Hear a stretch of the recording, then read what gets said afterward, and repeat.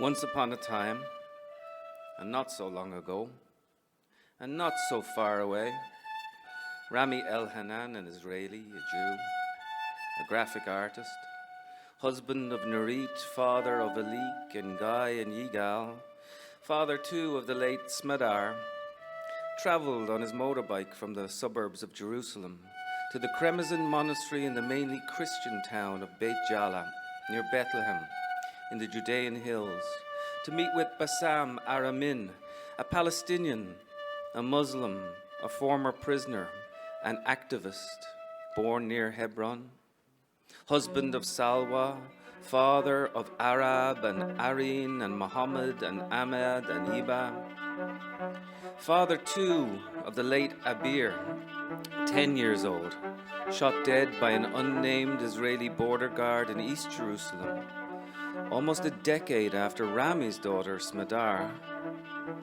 2 weeks away from 14, was killed in the western part of the city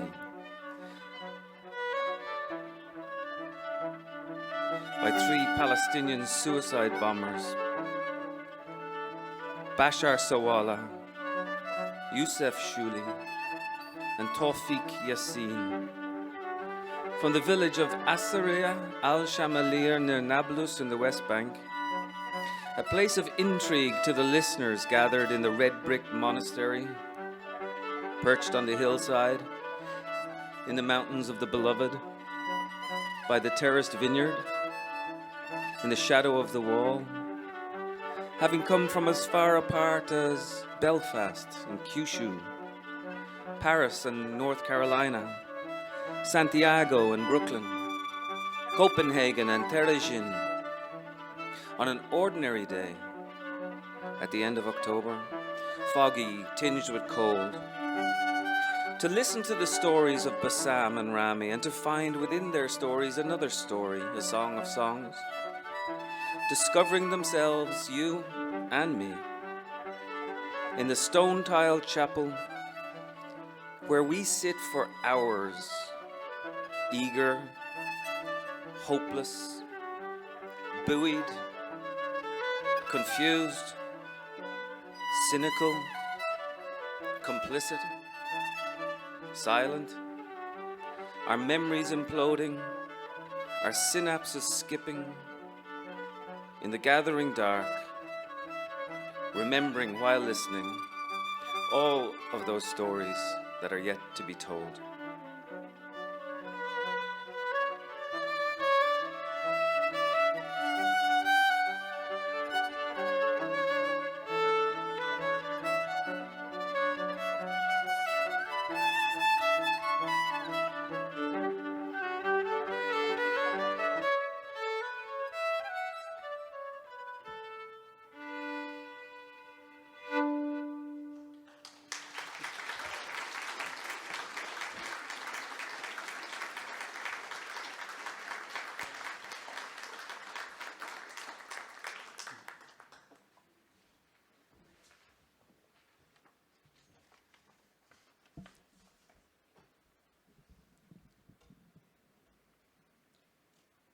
Apeirogon. Good afternoon, bonjour à tous, à toutes. Je suis vraiment ravie de vous voir. C'est la rentrée, c'est la reprise, mais en présentiel. C'est incroyable. I'm delighted to welcome you and to welcome those who will join us later to listen to this audio recording. And we're really honored to host this afternoon's conversation in association with Colm McCann's French publisher Belfond and the prix Montluc Résistance et Liberté, which Colm was awarded earlier this year in recognition of the monumental novel that is Apeirogon. I would like to thank all at Belfond, particularly Diane Duperrier, Claire Declore, et Caroline Ast. And I would also like to thank Anne Smith and Jean-Laurent Lastel from the Prix Montluc, and Anne-Sophie Delmeau from my own team here in the Centre Culturel Irlandais. A warm welcome also to Bill Shipsey, who is with us, and Lisa Consiglio, both acknowledged in the book Apeirogon. Before we invite Colum McCann and Colum McCann Iomaire to the stage, we'll have two short introductions in French, and we'll have also time for questions and comments later in the afternoon and for book signings. And the books and albums are on sale. I'd now like to invite Jean-Laurent Lastel, a member of the judging panel from the Prix Montluc, to address you. And possibly could Caroline ask, would you like to come to the stage as well? Thank you.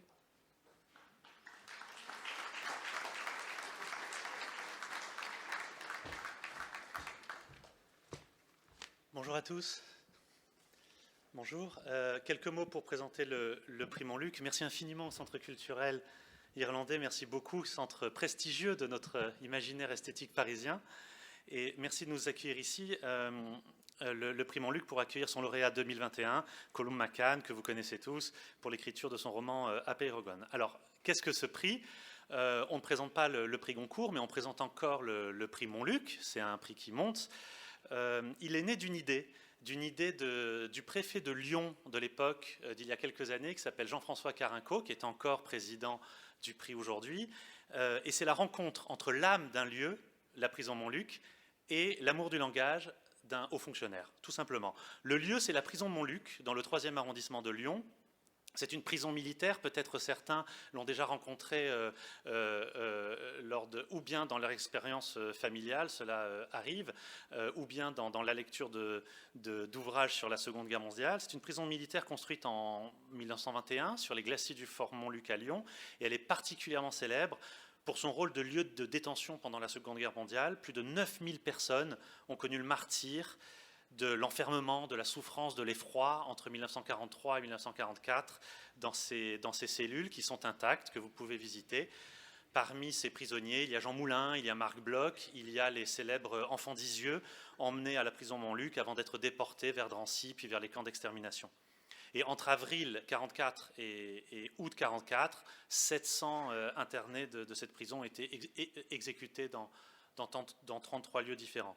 C'est donc un lieu dont la visite est poignante, et Colum Mac Con, qui l'a visité hier, disait sur le site qu'il était empreint de fantômes, de figures qui surgissent justement pour rappeler aux vivants les excès de l'histoire et la manière de l'affronter.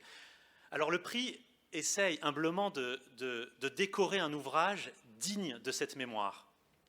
Le jury est présidé par l'écrivain Jacques-André Bertrand, et il rassemble beaucoup d'artistes, des écrivains, des poètes, des peintres, des musiciens, des metteurs en scène, des comédiens aussi, qui ont en commun d'être hantés dans leur œuvre et dans leur personne par une urgence, par la représentation, par la recréation, par la réminiscence des cris de ceux qui ne parviennent plus à respirer, et dont la quête de liberté fonde un combat artistique. Il y a également quelques hauts fonctionnaires, eux-mêmes obsédés par ces questions de beauté, de révolte et de liberté, et qui persistent à penser, contrairement à ce que leur fonction pourrait laisser à penser, et contre toutes les modes actuelles trop répressives pour les corps et pour les esprits, qui persistent à penser qu'au fondement de toute organisation sociale saine et au fondement de toute belle république, il y a un désir d'attaque de ce qui nous entrave, un désir révolutionnaire, au devenir parfois confus, mais dans son expression, ce désir, il a toujours raison. C'est le prix, c'est le pari du prix. Alors ce n'est pas un prix sur la Seconde Guerre mondiale, ou sur des révoltes précises, bien sûr. Le but du prix, ce n'est pas de qualifier telle cause de juste, telle guerre de légitime, ou de faire une liste a priori des mouvements de résistance qui seraient acceptables par un jury occidental, absolument pas. Le but du prix, c'est d'écouter la voix, la musique de quelqu'un de négligé de l'histoire. Et je crois que c'est vraiment le cas des deux héros du roman qui nous occupe aujourd'hui. Une musique qui peut être urgemment contemporaine, mais qui est reliée au fond des âges. Tous les révoltés sont frères, à toutes les époques, et transportée vers l'avenir à partir d'une conviction que nous avons. Au-delà des cultures, au-delà des circonstances, un être humain, il est toujours né libre. Il désire le bonheur, il est prêt à accueillir et à transmettre les plus belles nuances de lumière si les institutions et les tyrannies ne lui cachent pas. Alors c'est aussi un prix littéraire. Notre pari, c'est que l'étincelle du besoin d'écrire, allumée à la passion de la résistance, a une influence sur le style même, sur l'écriture même. La tyrannie, elle peut être évidemment dénoncée par le fracas des armes et des geôles, et Dieu sait que dans le roman de Colum, il y a un conflit réel. Mais la tyrannie, elle peut aussi être exprimée par la dépossession, dans une vie calme, dans notre vie à nous, dans la vie quotidienne, dans une ville normale, la dépossession de notre joie, la dépossession de nos surprises, de notre liberté par l'imposition d'une vie triste, soumise, conditionnée par la télévision, les institutions, les banques, les crédits. Donc pour le cri, ce n'est pas le vainqueur de la cause qui compte, bien sûr, ni sa respectabilité auprès des éditorialistes, c'est juste le devenir écrivain d'un révolté. Et sans l'écriture, on estime que souvent le révolté étouffe, mais sans la révolte, il arrive parfois que l'écriture se fane. Et même les lignes épurées d'un roman où rien ne se passe, par exemple Madame Bovary ou votre cher Ulysses de Joyce, rien ne se passe, enfin peu de choses, mais il y a derrière ces lignes d'inépuisables révoltes, d'inépuisables refus qui rendent cette œuvre immortelle. Alors nous avons déjà plusieurs lauréats, je les cite rapidement. Colm Mac Con est le plus récent, il y a Frédéric Gros, Selahattin Demirtas qui est emprisonné toujours en Turquie, à qui on n'a pas pu remettre le prix, on a une telle hâte de lui remettre le prix quand il sortira de prison. Une jeune écrivaine française, Aurélie Champagne, et un merveilleux écrivain tibétain, Tsering Tunrup. Alors aujourd'hui, nous récompensons Colum Mac Con. On est très heureux d'avoir affaire à la littérature d'un Irlandais, parce qu'il y a un mystère autour de l'Irlande. Enfin, clairement, vous nous avez rendus fous au XXe siècle. On n'a plus jamais écrit pareil après Joyce, je ne crois pas, pour différentes raisons. Et on se demandait hier, avec Caroline, à qui je donne la parole, pourquoi justement l'Irlande a donné tous ces écrivains si profonds, si importants, mais surtout qui ont changé l'impulsion expressive et créatrice de tous les écrivains après eux. Et elle me citait comme ça, sans réfléchir, un lien possible entre la poésie issue de vos cycles médiévaux extraordinaires qui a continué d'être chantée longtemps et le caractère inextricable entre la voix d'un écrivain d'aujourd'hui qui écrit des romans classiques, mais toujours cette poésie et cette musique qui jamais chez vous ne disparaît, et aujourd'hui on l'a vu à travers dès les premières minutes entre ce dialogue extraordinaire entre le romancier et le violoniste. Donc merci infiniment et je passe la parole à votre éditrice.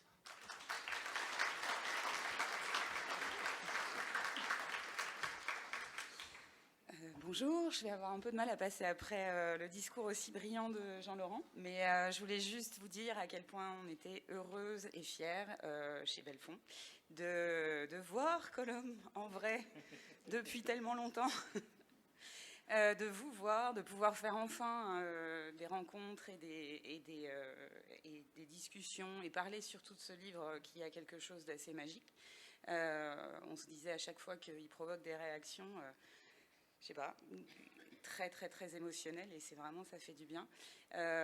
Et puis vous dire aussi que ça fait très longtemps qu'on se connaît, ça fait une très longue relation amicale, j'espère, fructueuse, je l'espère encore plus, entre Colum et Belfond. On a hâte de la continuer. Et puis, je crois que je vais m'arrêter là parce que c'était tellement joli ce qu'on a écouté qu'il faut vite que ça revienne. Et je vais juste vous dire le seul mot que je connais en gaélique, mais je crois qu'il est très, très utile. Slancha.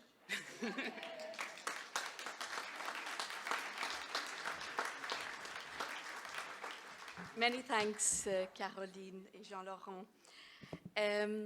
Just very quickly now, I'm going to introduce people who need no introduction, but I'm delighted to welcome both Colm McCann and Colum McCann to the Centre Culturel Irlandais. Colum McCann needs little introduction. He's one of Ireland's finest and most highly regarded writers, and with Apeirogon he's really reached new heights. And he's also the founder of the charity Narrative 4, which we'll talk about a little later. Colum McCann is a composer and musician associated with Irish supergroups Keela. We'll welcome Keela here next year, and The Frames. And it was indeed thanks to Colum's influence that The Frames released 2 Irish language albums. He's also, of course, renowned for his work as a solo artist. He's a board member of Narrative 4 Ireland. Colum was awarded a residency in the Centre Culturel to respond to Apeirogon musically, which in a sense explains why he's here today. He'll be with us next year to spend a period in the Centre Culturel preparing an Apeirogon-inspired album. Colum McCann Colm, I know you described writing this book, dedicating more than 5 years of your life as a bit of a head wreck. But one of the things that got you through was Colum's album, And Now the Weather. You listen to it pretty much every day from your writing cupboard, and so it is innately part of the book. And you also said the most important thing for you was to achieve some form of music. So I'm going to invite you both to the stage for this special afternoon of musical collaboration and friendship.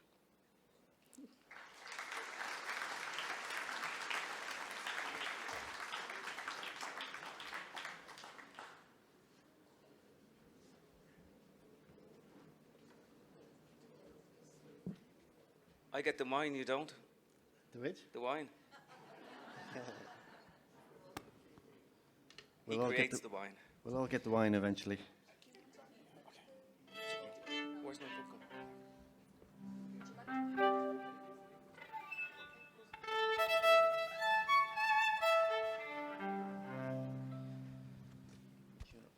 So what we're going to do today, is it okay I can talk over that, right? Yeah. I'm going to read a little from Apeirogon.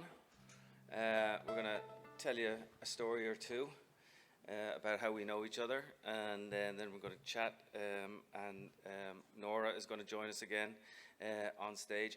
Listen, it's incredible to be here, right? Thank you for inviting us.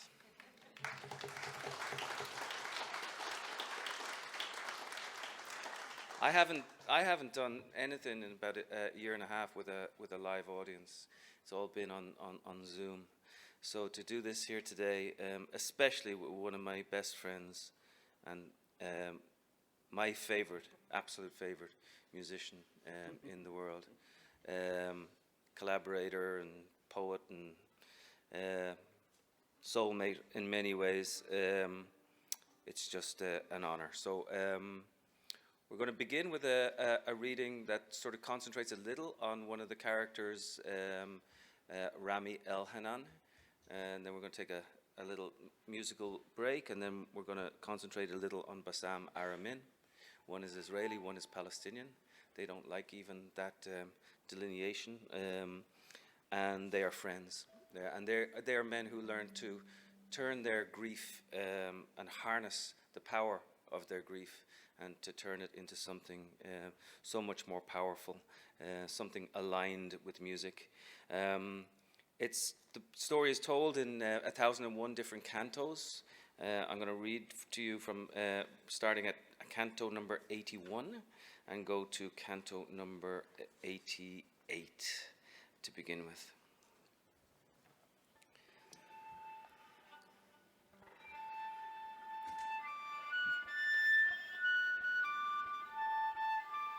'81.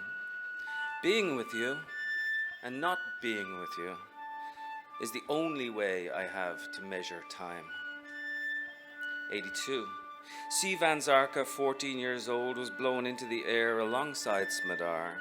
Her parents were French. She had lived once in Algeria. They had recently moved to Jerusalem, where Sivan was studying with Smadar at the Gymnasia High School in Rehavia. Yael Botvin was also 14. She had just begun 9th grade at the Israel Arts and Science Academy. She had made Aliyah from Los Angeles with her parents 8 years before. Rami Kozashivli was 20 years old. He worked as a clerk in the Yehuda Bazaar selling sports clothes. He had emigrated from Georgia in the Soviet Union. Eli Markowitz, an office clerk, a book lover, a pacifist, was 42. His family had come originally from the Black Sea coast of Romania. 83. To make Aliyah, to ascend. 84. Markowitz was having lunch at an outdoor cafe with his 11-year-old son. The boy was thrown backwards through the air, but his fall was softened by a potted palm situated in front of the window. 85. So often, thought Rami, the ordinary can save us. 86. When Rami came back from the Yom Kippur War, long-haired, blue-eyed, exhausted, he began work as a graphic designer, drawing posters for the right wing, the left wing, the center too. He was a maverick. He didn't care. If they wanted fear, he'd give them fear. If they wanted glamour, he'd give them glamour. Controversy, nationalism, pessimism, anything at all. Schmaltz too. No problem. He could easily deliver a bouquet of bullshit. A raised fist for the new Israel, an expansive border, the Nile to the Euphrates, a wide-eyed child, a sinister stare, a wounded dove, a long, elegant leg, anything at all. Make it smart, make it crude, make it rude. He didn't care. He had no politics, no party allegiance, no safe alignment. To have a house, to have a family, to be undisturbed, an Israeli life. That's what he wanted. A good job, a mortgage, a safe street, leafy, no knock on the door, no midnight phone calls. What he wanted was the spectacularly banal. The worst of it all would be a long line at the falafel joint, a short change at the cheese shop, a mistake by the postman. Rami did what he did best. Drawing, sloganeering, provoking with paintbrush and pencil. He started his own firm, advertising and graphic design. He delighted in ruffling feathers. Almost everyone liked him. If they didn't, he just laughed it off. Always the clown, the joker, the man at the edge. He met Nurit, and she was a beauty, fiery, red-haired liberal. She didn't care what others thought. Smart as a whip, from a good family, a general's daughter, a pioneer, an original. She went generations back. She took the oxygen from his air. He was rougher edged, raw, more working class, but she liked his charm, his wit, his ability to turn on a word. He was reckless. He made her laugh. He wasn't going to let her go. She had the brains and he had the instinct. He courted her, wrote her letters, drew pictures for her. She was a peacenik. He sent her red roses. She returned them for white. He was smitten then. He'd served as a tank mechanic in the army. He fixed her father's car. The general approved. They were married in Nurit's house. A rabbi held a service. Together they broke the glass and Mazel Tov rang around the house. They had their 18 minutes of Yichud. It was tradition, why not? And the years they tumbled on. They had kids, 1, 2, 3, 4. Beauties, whippersnappers, a little wild, all of them. Especially Smadar. Smadar, a ball of energy, a magnifying glass. She was all focus and burn. And the boys too. Ilik, Guy, Yigal, all of them had their mother's eyes, tiger eyes he called them, something to do with some English poem he couldn't quite remember. And they were extraordinary years.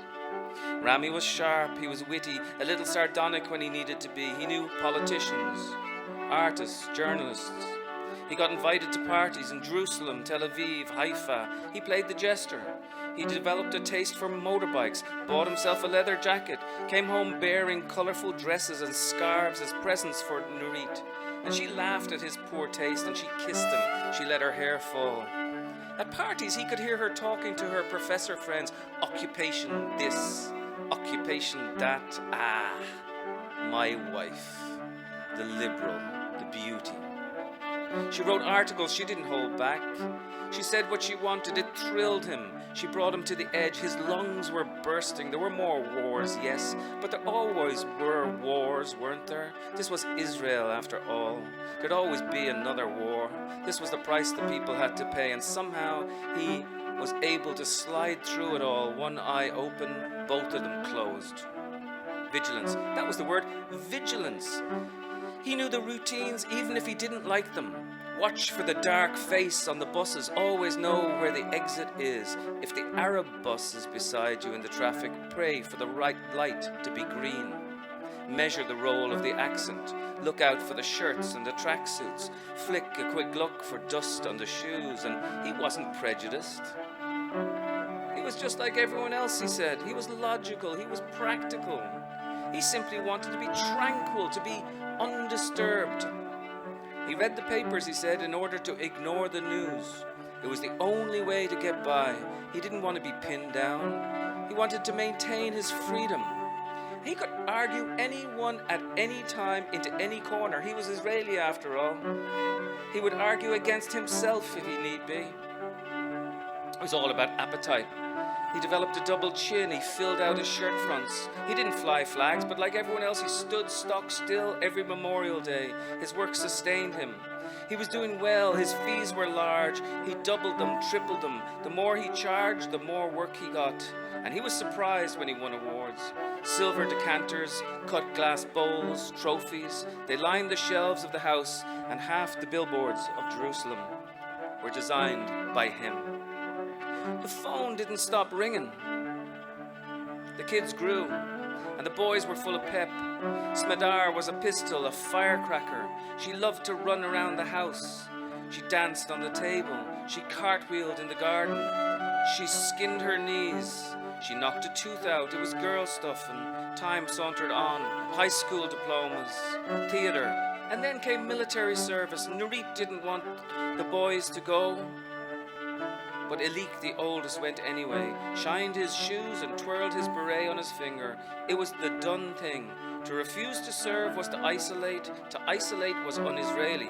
To lose was un-Israeli. It was duty, pure and simple. Rami recognized it. He had done it, and his sons would do it, and eventually his daughter too. Rami took photos of Smedar in her grandfather's army fatigues and her brother's red beret on her head, and they laughed as she marched Keystone style around the room. He would describe it years later as his life in a bubble, his years in an open neck shirt, his role in a Talking Heads song.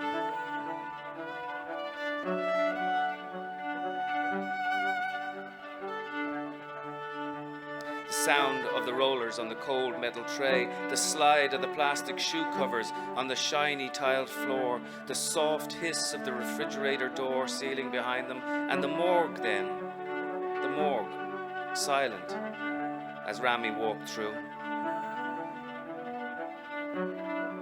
And you may ask yourself, what is that beautiful house? And you may ask yourself, where does that highway go to? And you may ask yourself, am I right? Am I wrong? And you may say to yourself, my God, what have I done?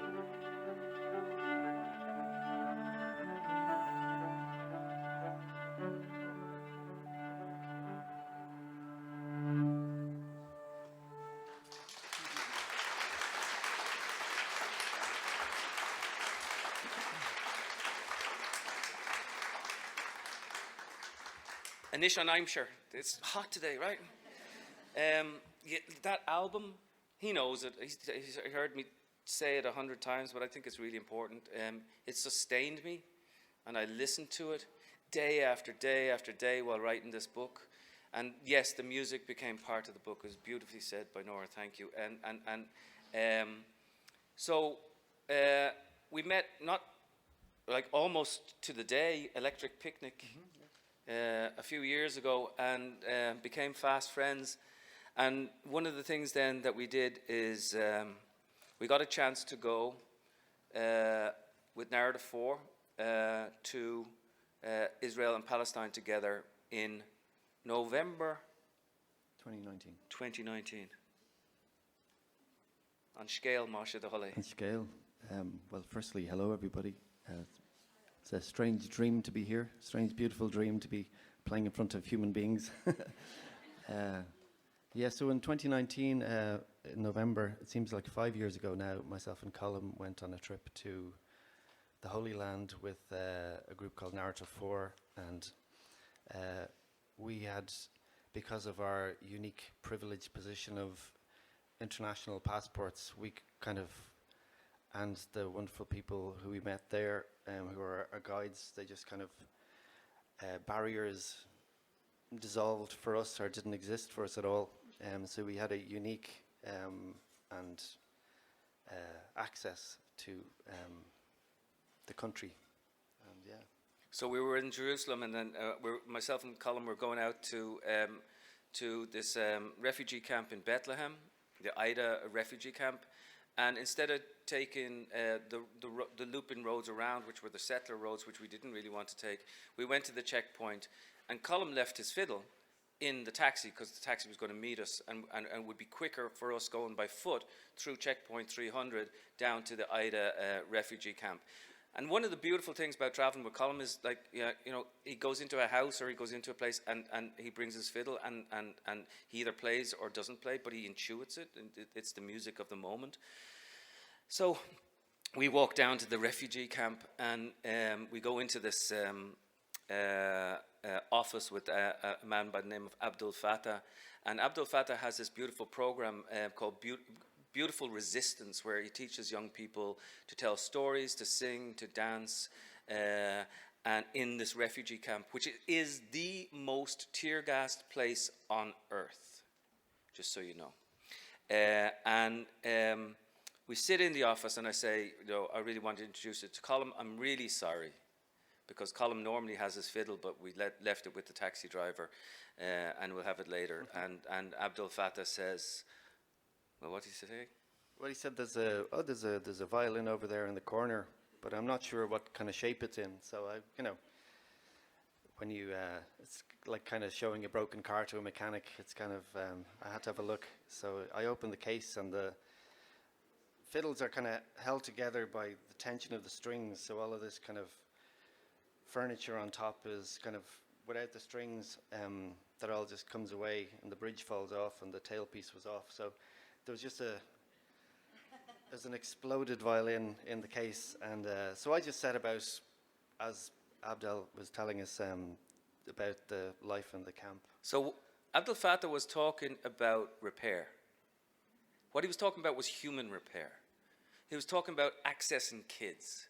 He was talking about art as an act of resistance. All of this stuff. And I'm sitting here, and I'm getting the chills already, because I'm watching Colum put together this fiddle, and I saw it. It looked ruined. Like all these, the strings were sticking up in the air. There's no way that he's going to be able to repair this thing. We talked for about 45 minutes. Colum kept his head down, and lo and behold. Okay, yeah. Well, okay. So lo and behold, he fixed the frickin' fiddle. And Abdel Fattah's looking at him. And then Colum comes out with, after talking about human repair, and you have this violin completely repaired, he comes and does this.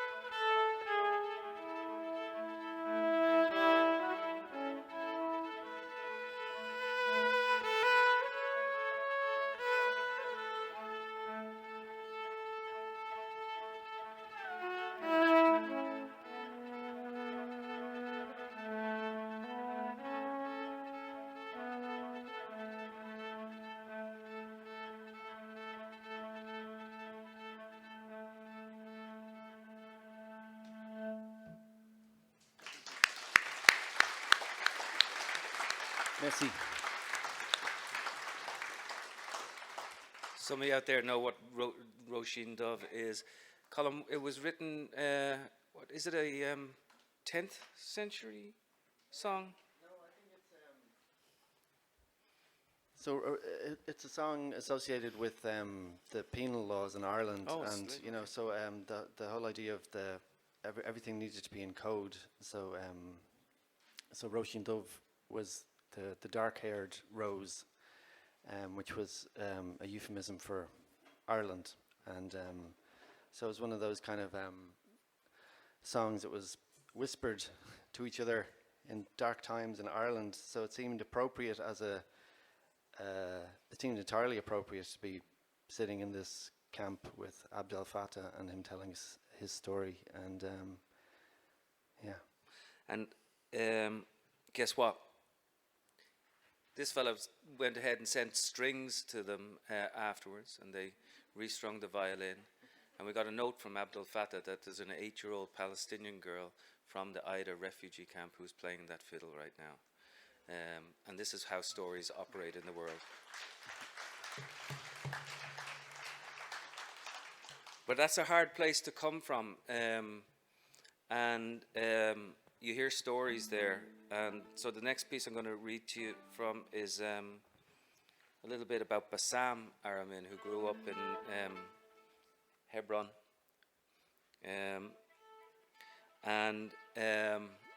Al-Khalil, it would be called in his language. And some of you might have read the book, and others not, but Bassam spent 7 years in prison from the age of 17 to 24. He became commander of the Fatah unit while in prison. He watched a documentary about the Holocaust, which rocked him to the core. He came out and he started, along with other Palestinians and Israelis, an organization called Combatants for Peace.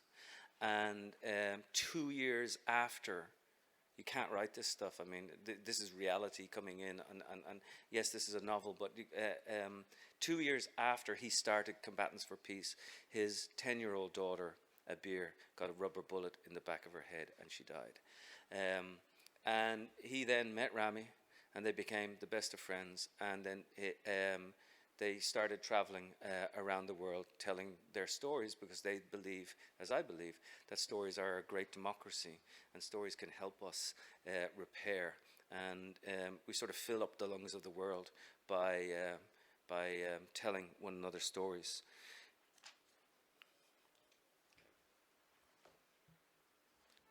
State your name. Bassam Aramin. From Hebron. Age 42. Who are you traveling with? My wife and children. Destination? England. Where in England? Bradford. Never heard of it. It's a university. What's your purpose? To go to university. Are you trying to be smart with me? No. Where did you get this permit? I explained it to the other officers. Do I look like the other officers? From the office in Jerusalem. What's your purpose in going to university? To study. Are you a professor? No. How old are you? 42, I told you. And you're studying? Yes. Where did you go to school? The village in Sair. Where's that? Near Hebron. Did you finish school? My studies were interrupted. What does that mean, interrupted? I didn't finish school. No. Why are you smiling? I always smile. It's part of what I do. I like to smile. Do you want to miss another plane, Bassam? No. Then wipe that grin off your face and tell me, where did you learn Hebrew? After school. after school, is that so? Yes? I have your file here. I know who you are. Then why did you ask? Don't be a smart arse. Answer the question. After school, I learned it after school, then I worked for the authority, first in sports, then in the archives, and then I was accepted into the program at Bradford. I have a special permit. I have the right to go there. Answer my question. Why are you going to university now? Because I was offered a place. You like that smile of yours, don't you? Not especially. State your name. Why? I said, state your name again. Do you hear me? Are you listening? Bassam Aramin. 25 years without studying, and all of a sudden, Bassam Aramin, you're an intellectual? I never said that. I'm going as a student. You're going for how long? A year? The permit is for 2 years. Yes. And you're going to study what? The Shoah. Pardon me? The Holocaust. I heard you. You're studying the Shoah? You're an Arab? You're a Muslim? You're a terrorist? 7 years in prison? You attack us? You throw grenades? You terrorize us? And now you're studying the Shoah? You say you're an intellectual? Is this some sort of joke, Bassam? What do you think I am, stupid? I don't think you're stupid at all. Is that what you're telling me? You're going to go to England so you can tell us how the Shoah did not happen? No? What do you mean, no? One of the things I've learned is that nobody wants to be expelled from history. What the fuck are you talking about? I'm not interested in denying the truth. Is that so? I don't believe in violence of any sort. Since when? Since a long, long time ago. Really? Yes. How many terrorists are you going to be meeting in Bradford, Bassam? I don't know. What's a terrorist? Can you define it for me? You're asking me? My wife is waiting. My children are waiting. We're going to miss another plane, and I have to say that yes, I'm a little terrified right now, yes. You're a real smart arse, Bassam, aren't you? I don't think so. Don't smile. I'm not smiling. I'm not laughing. I'm not doing anything. I'm sitting here. I'm answering your questions, waiting for my plane. State your name. I gave it 12 times already. Name. Bassam Aramin. Is that your child crying? I can't see through walls. Why is she crying, Bassam? I don't know. Probably because she's tired. We've been waiting a long time. Can't your wife shut her up? My wife is tired too. We've been here for 8 hours. I don't know how many flights we've missed. Hey, how many children do you have, Bassam? 5. I used to have 6.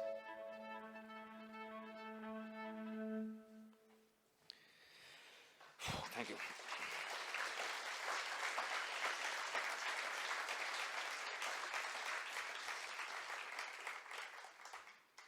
One of the photos he saw in the library was of the camp in Theresienstadt.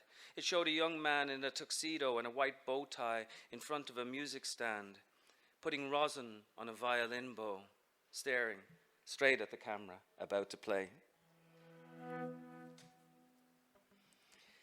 Later, he would meet Englishmen who rolled their eyes when he mentioned Bradford, and he could almost see their disdain. Nothing like Oxford, nothing like Cambridge, nothing like Edinburgh, nothing like Manchester. But he and Salwa, they loved it, the openness of the town, the space, the green park, the clean path along the river, the rows of red brick houses, the chimneys, the bright tinny shops, the music in the lifts, Manor Row, Mirror Pool, North Parade, Tumblin Hill, Rawson, the stretches of neon, the cafes, the shops, the waft of vinegar, the falafel stall, the red double-deck buses, buses, the men in bowler hats, the women in burqas, the fire engines, the rubbish trucks, the ringing of the church bells, the call of the muezzin, the postman, the Indian cop on Cheapside with the dreadlocks, the tightrope walker outside the Peace Museum, the walk home along Pemberton Drive, the quiet street, the grass verge, the lopsided gate, the yellow climbing rose along the wall, the blue door, the white bell, the silver letter slot,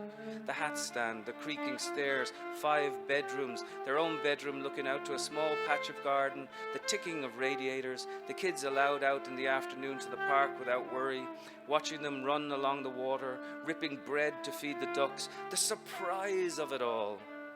Even under the bowl of grey English sky, walking through the rain, and yes, even the rain itself, the slanting sheets, the sun showers, the night drizzle, the hammering storms, and the endless jokes about umbrellas, some of which Salwa, brand new to the English language, found quite funny. 276. What goes up, Salwa, when the rain comes down? 277. In the library he read Primo Levi, Adorno, Susan Sontag, Edward Said. He watched Schindler's List. He searched out other films, documentaries, combed through reams of news footage, dug out pictures of the camps, found everything he could about Theresienstadt. He read too about the effects of trauma and the intersection with memory. Adler, Janet, Freud, the acquisition of fear, the disintegration of memory over time, the task of language. At times it seemed to him that his brain had caught fire. He would come home to Salwa late at night, exhausted and thrilled. He would fall asleep on the sofa, books open on his chest, propped up on the coffee table. He began work on his master's thesis, The Holocaust, the use and the abuse of history and memory. He wrote it in longhand. He thought in Arabic, but he wrote in English. He was aware that these were not new ideas, just new to him. Still, it felt as if he were in the territory of the explorer. He cast himself out to sea. Most of the time he ended up crashing back on the shore, but every now and then he chanced upon a small rumour of land.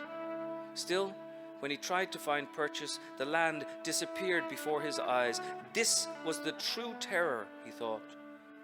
His was a responsibility not to diminish. He wanted to talk about the use of the past in the justification of the present, about the helix of history, one moment bound to the next, about where the past intersects with the future. And he was the oldest in class, peace studies. He sat in the second to last row of seats, the side of the room, kept as quiet as possible, hardly ever spoke above a whisper. He seldom volunteered, but if he did so, it was slow-spoken and soft and considered. He had left class with his head bowed. He smoked alone, away from the buildings, and he kept his prayer mat out of view. Still, the word leaked out. He was a Palestinian, an activist. He lost his 10-year-old daughter, and now he was studying the Holocaust. He knew the names of the caretakers, the groundsmen, the canteen ladies, and he nodded to them as he went along. They were open and jovial. They wanted to know what football team he supported. He wasn't interested in the game, but he began to wear a Bradford scarf. And they loved the way he pronounced the town, his thick Arabic English, Bradford. They nicknamed him Kaiser Soze for his limp. They told him he looked a little bit like Kevin Spacey, an Arab version. He had no idea what they were talking about, and so he rented the film and he watched it with Salwa. They laughed at the idea of him being one of the usual suspects. The life of a Palestinian, the small ironies.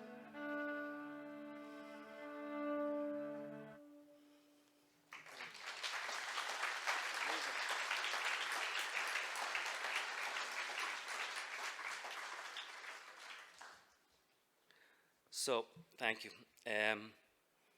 Colm, you're going to be here for how long? As long as they'll have me.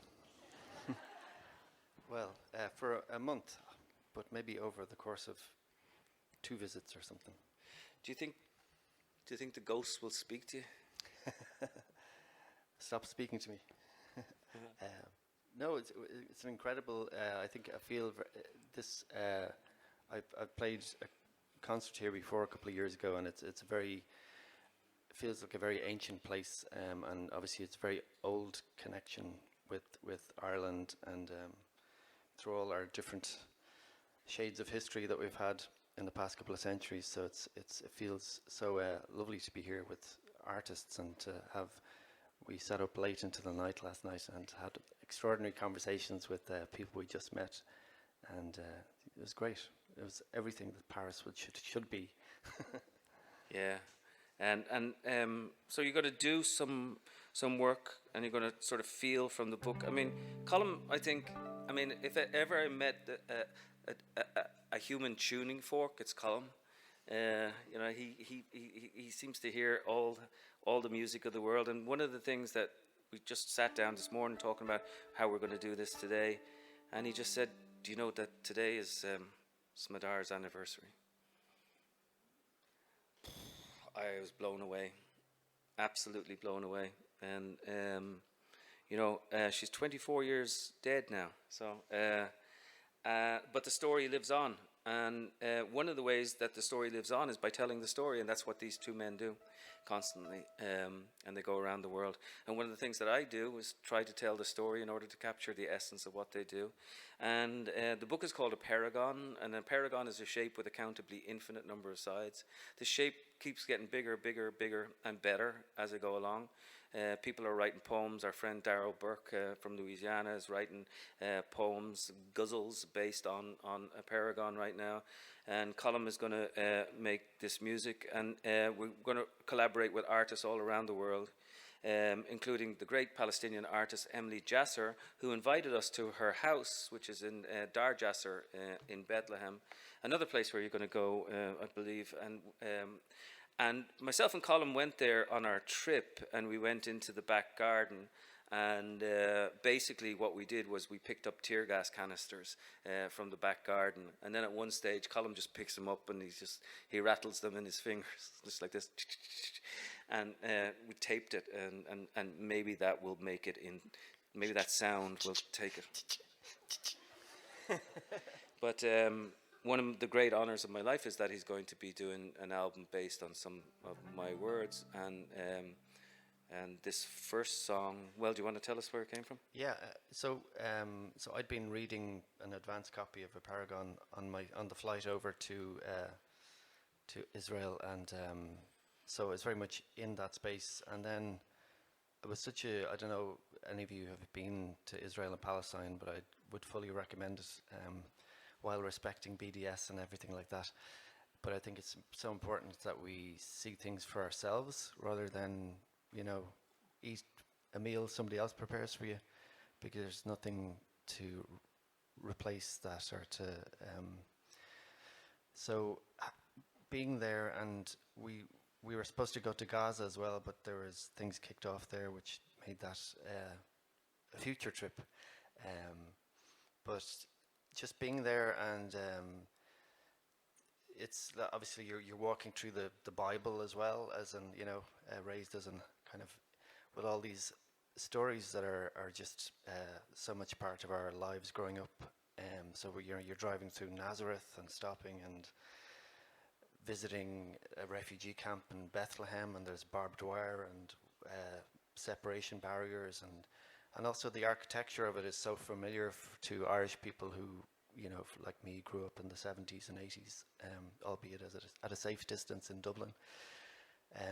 But the checkpoints, the random ransacking of houses, it's just the cruelty is extraordinary, and the blatant apartheid. I mean, the fact that I was just so inspired and horrified simultaneously. They have this road network, beautiful new road network, motorways, and if you have the correct registration number, color registration number on your car, you can drive on that road, and if you don't, you have to use this other road, the Palestinian road network, which is potholed. You can't go half a mile without being stopped and searched, which makes any sort of commerce impossible for the local inhabitants. Meanwhile, There are these new Israeli settlers who are arriving from far away and being given beautiful houses in this land, which is Palestinian land, and they can seamlessly venture in and out, and they have swimming pools and everything, and it's all tied up to the local Israeli water. Meanwhile, the Palestinians, you can recognize the Palestinian houses by the ones they have water towers, water collection systems on their roofs, you know. So anyway, it was so from the very outset,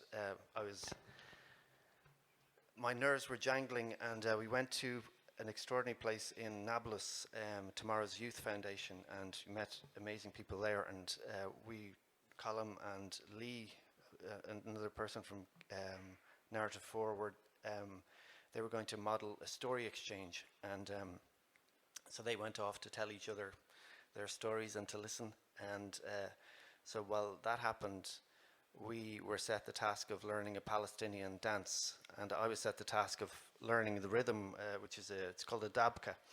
So I learnt the dabka rhythm, and then later on in the week, I visited a school in Ramleh, which is in Israel. It's a very Bedouin community mostly, and while there, we were in the playground, and all these kids were playing, and then out of nowhere, the mezun, or the call to prayer, just over the tannoy, just literally next door, it just broadcasted. It was so loud, and so loud, and so I recorded it on my phone, and then this kind of melody kept on turning in my head, and so between the rhythm in Nablus and the mezun from Ramleh came together as a tune which has become named after one of Colum's cantos, which is called the Minbar of Saladin, which is a pulpit.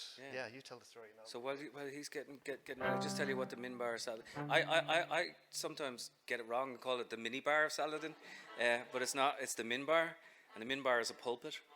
And this was a pulpit that was built hundreds of years ago, and it has 16,000 interlocking wood pieces, and it stands like 8 meters tall. Not a single piece of glue or a single nail in this whatsoever. It's in the Al-Aqsa Mosque. It was destroyed in the late 1960s. In a fire, a deliberate fire. And then they didn't know how it could be put back together again. They brought computer experts, they brought carpenters together, and nobody knew how to put it back together again until they found an Arab carpenter who was also an engineer who discovered how to unlock the secret. And it seems to me it's a beautiful metaphor for all sorts of things, not least a piece of music, without glue and without nails.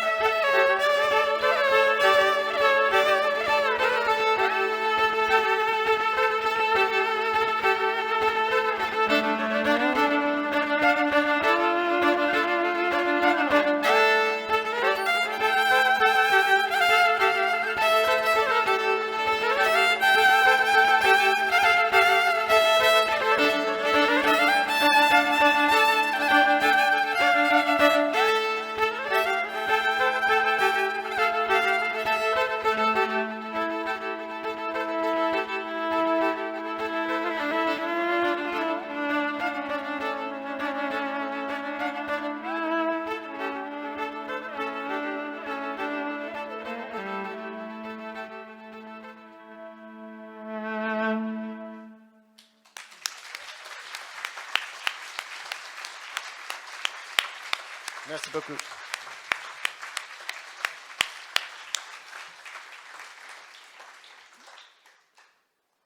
Nothing to say, so I'll say nothing.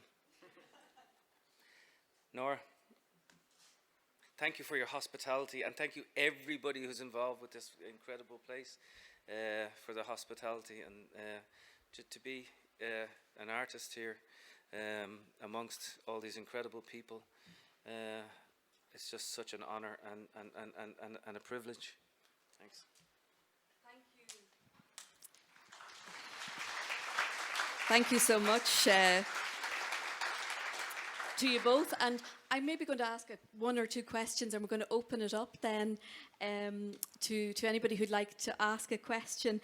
Just, I mean, the book is already such a magnificent tapestry of threads and references, and now you've added, I didn't think it was possible to add this other layer.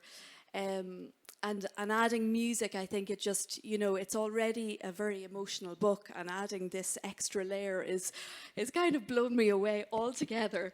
So I'm going to ask you a question. In a way, it's for you both. But Colum, you know, you've been awarded the prix, the prix Montluc, and as you said, you've helped two men, Bassam and Rami, to bring their story, their message to the wider world, and ensuring the memory of their daughters Abir and Smadar is kept alive. And you know, this has become really the mission, their mission, and you have become another voice for that story. You've also created a connection for all your readers with a conflict that probably most people don't fully understand, and at the same time you've created a masterpiece.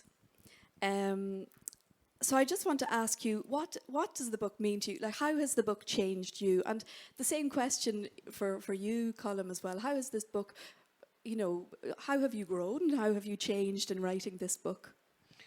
Thank you. Thank you for saying all of those things. The book doesn't belong to me anymore, and you know. One of the things that I said in the opening section, when I read that opening section, 1001, I talked about you and me, vous et moi. The most amazing thing is how people are owning this book for me and recreating new things, sort of extending the Apeirogon. And also I have to say that it's Rami and Bassam's story.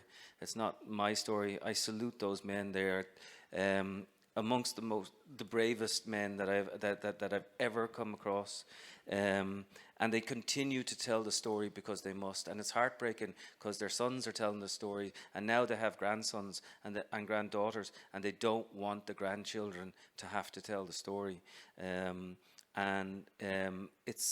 It's been a powerful thing for me to meet people around the world who've sort of engaged, and people who learn to turn grief into something powerful and positive. And let's not forget, I mean, I wish Rami and Bassam were here. They are kind of here, but I wish they were here in the sense that they're very funny, you know. They laugh a lot, they put their arms around one another, they slag one another. It's kind of fantastic to see. But you know, at the heart of their mission is this idea that they have to talk about this, because we don't have to love each other, says Bassam. We don't even have to like each other, but we do have to understand each other. And that's the thing. So to get this prix Résistance et Liberté de Montluc was, you know, those words mean an awful lot. And I'm sort of deeply grateful for it. And just a chance. I'll go, look, I've written 10 books. I've been writing for 30 plus years, whatever.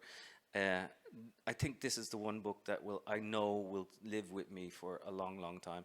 And I'll always want to talk about it because Rami and Bassam, basically.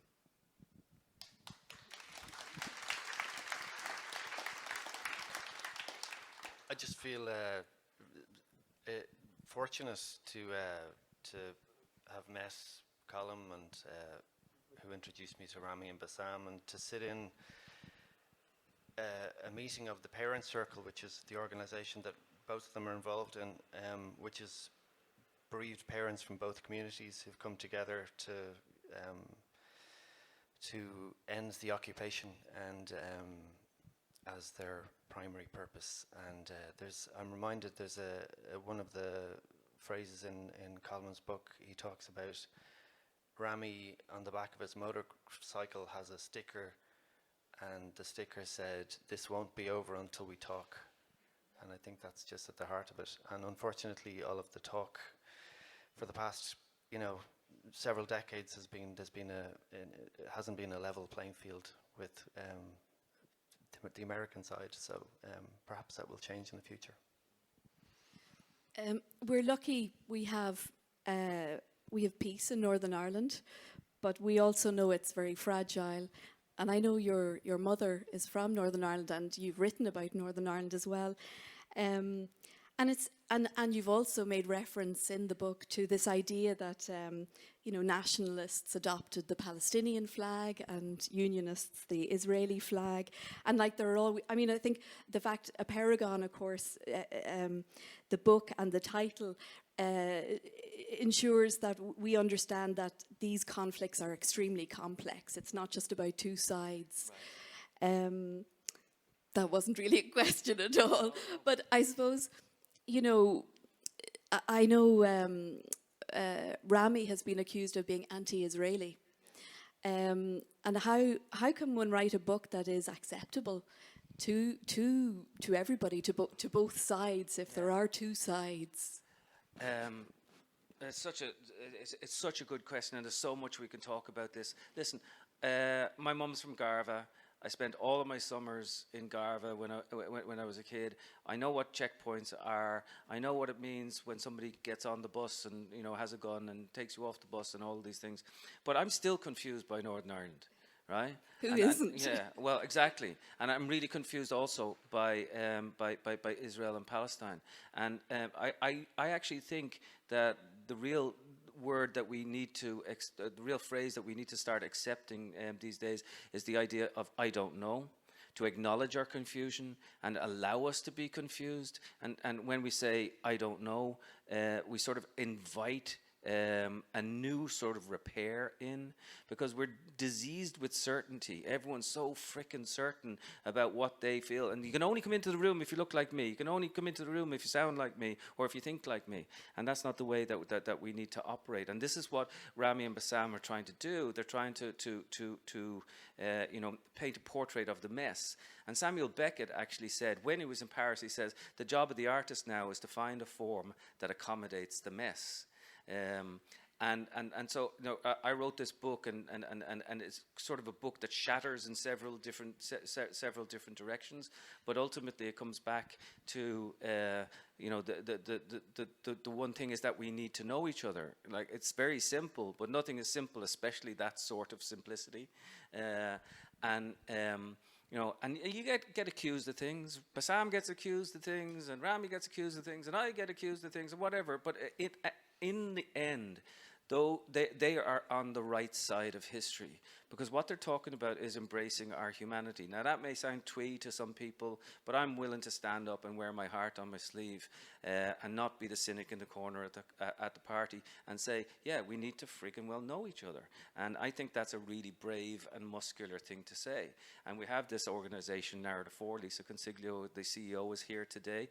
And what we do in that organization is that we say to people, we want to know you, no matter how close or how far you happen to be. Because if we don't know each other, as Rami and Bassam say, if we don't know each other above ground, we'll end up knowing each other 6 feet below ground, and we don't want that.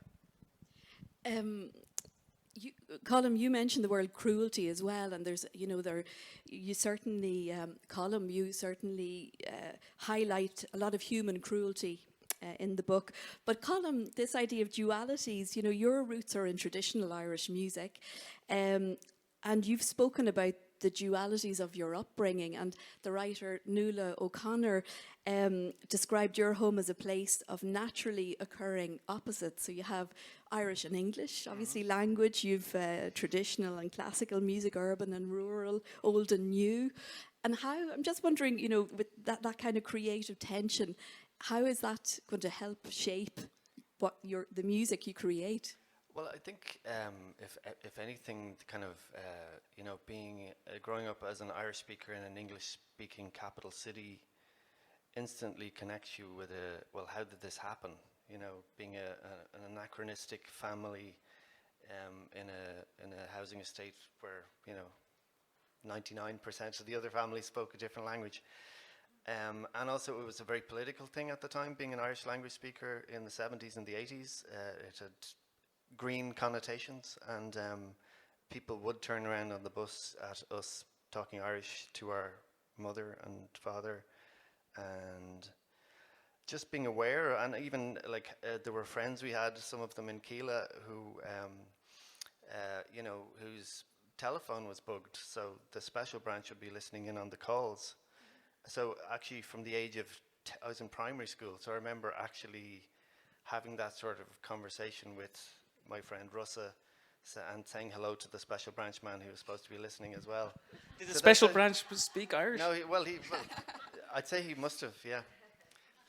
But so that kind of sense of, and then I became a street musician with Keela, and then I joined the Frames and kind of ran off with the circus. So there is an element of freedom in all of that, and I think that music doesn't have any. It's boundless, really. Do you know what I mean? And it's so interesting, like sitting in with Bassam and Rami and Bassam sang us an Arabic song, and to me it sounded so like Nan Grielish from Corna singing Shanos. So we're all kind of connected, musically, and I suppose the beautiful thing about music is that it does transcend any sort of perceived kind of difference, and it's a unifying thing, I think all the Irish speakers I know have amazing French. How's your French? J'apprends. I'm learning, so yeah. Yeah. It's improving. It's improving. Okay, we'll open up now. We just have time for a couple of questions, really, if anybody would like to ask. Yeah.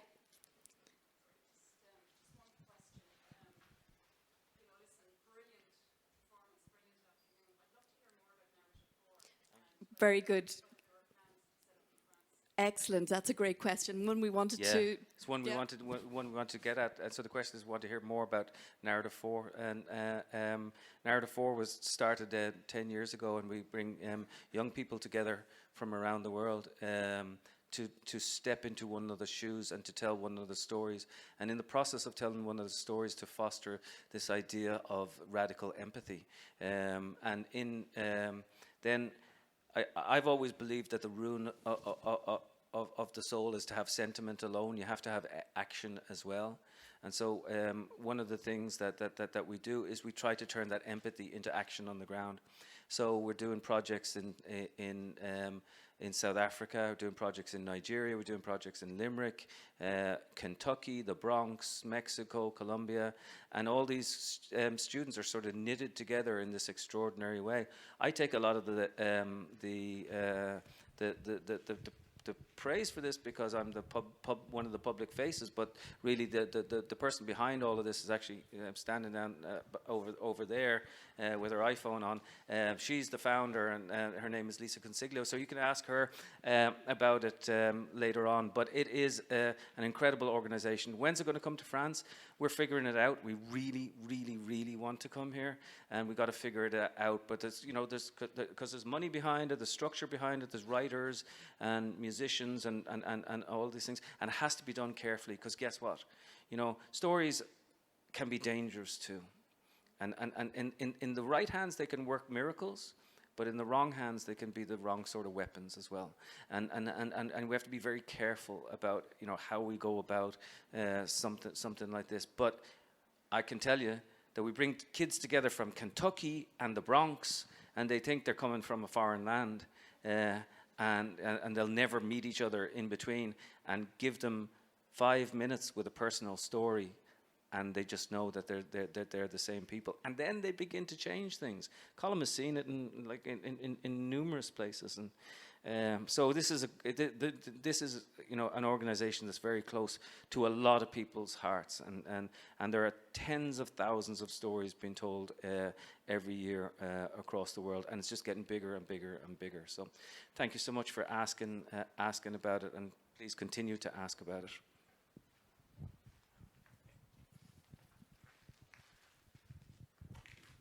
Hello. I read all your books. Thank you. So I'm so glad to see you in the real life.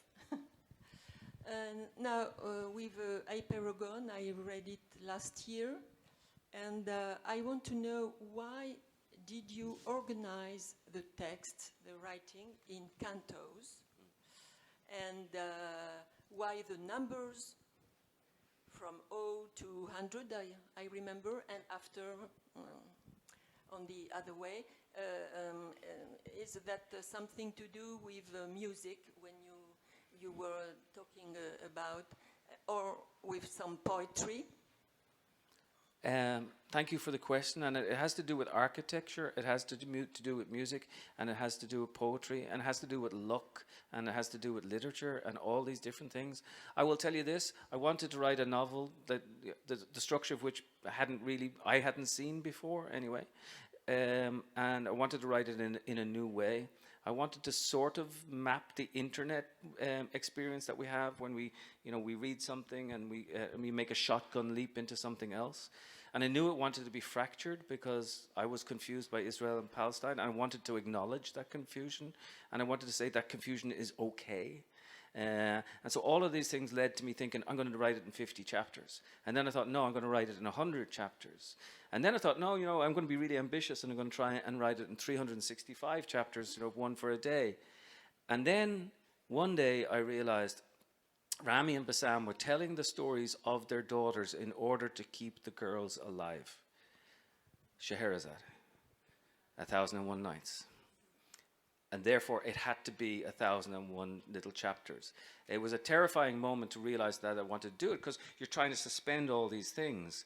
And for me, and I talked to Colum about this, for me, I felt like I know nothing about music. I'm that pain in the arse who actually sings at parties but can't sing, But I was trying to write a sort of symphony. And so here I was, like, cello go here and bass go here and contrabass come in here, whatever. But every now and then at the back of the room, the door would break open and the light would come in, and somebody would be carrying a case this size and shape of which I had never seen before. And they sat down and they began to play a sort of music that I had to incorporate into the ambient music of the novel. And so the novel goes from 1 to 500. And then 1001 is in the middle. That's the first section that we read today. And then from 500 down to 1. It can be read backwards and forwards. But I don't, if you have vertigo, don't do something like that. But yeah, and there's a lot of mathematical things in there. But really, if I could be anything, I would be a musician. And in fact, talking with translators and so on, and translators need to get huge. We're actually selling the French version of the book, and Clément is an amazing, amazing translator. I say to my translators, look, as long as you can get the music, the meaning will be inside the music. You don't have to be absolutely literal. Find the music of the stuff. So music to me is more important than meaning, because it's all about suggestion, and it's all about how we receive these things, and allowing us to think rather than being told how to think. Understood. Thank you. We've maybe time for one more. And don't worry, there's going to be more music at the end. Exactly. That's why we want to leave time for music. Who has the most pressing? There's a man down the back. Yeah? Des, yeah.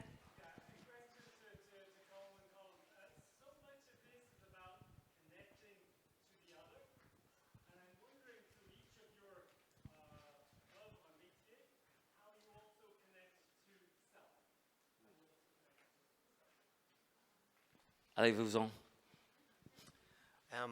Well, I suppose as I turned 50 a couple of months ago, so I started playing the violin when I was 7.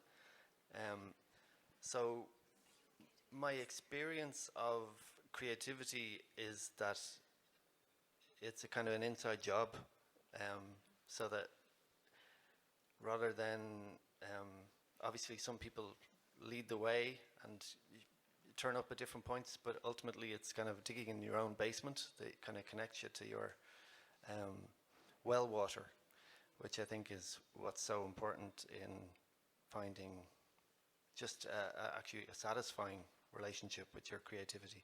It's kind of because it's a very volatile thing. It can be very challenging to ground the electricity. Yeah. Brilliant. I will say that I sort of fail at doing this.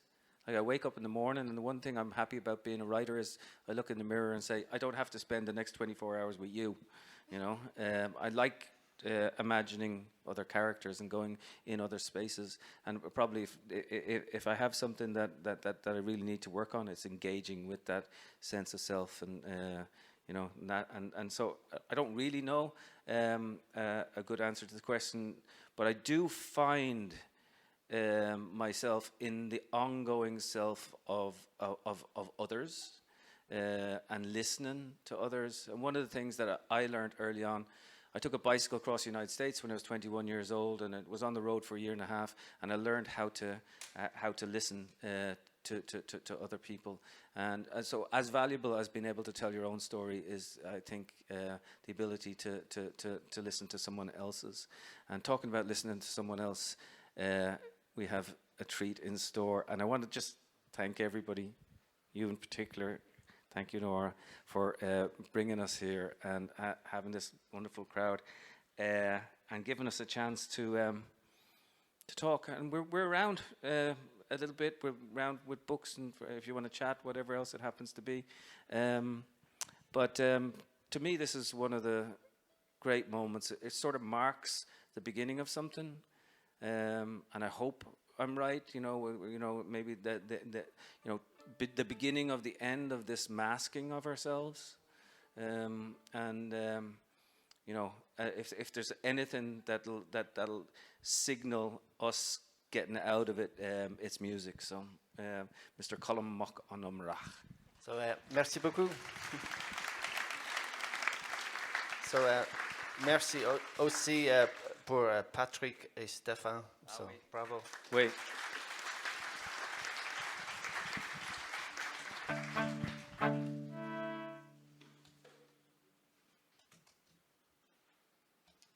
So, cette chanson appelée le ligne the finish. So the finish line. It's from Finland. It was a melody that arrived in a state of extreme jet lag in Finland and carried me home. Also, I'd like to play this for my wife, whose birthday it is tomorrow. So bon anniversaire, Sheila.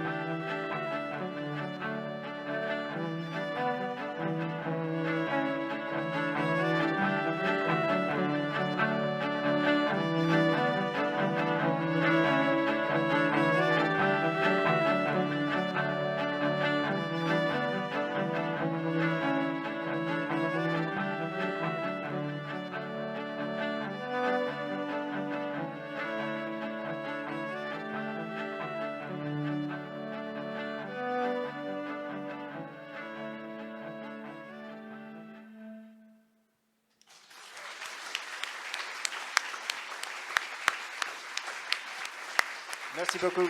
Merci beaucoup.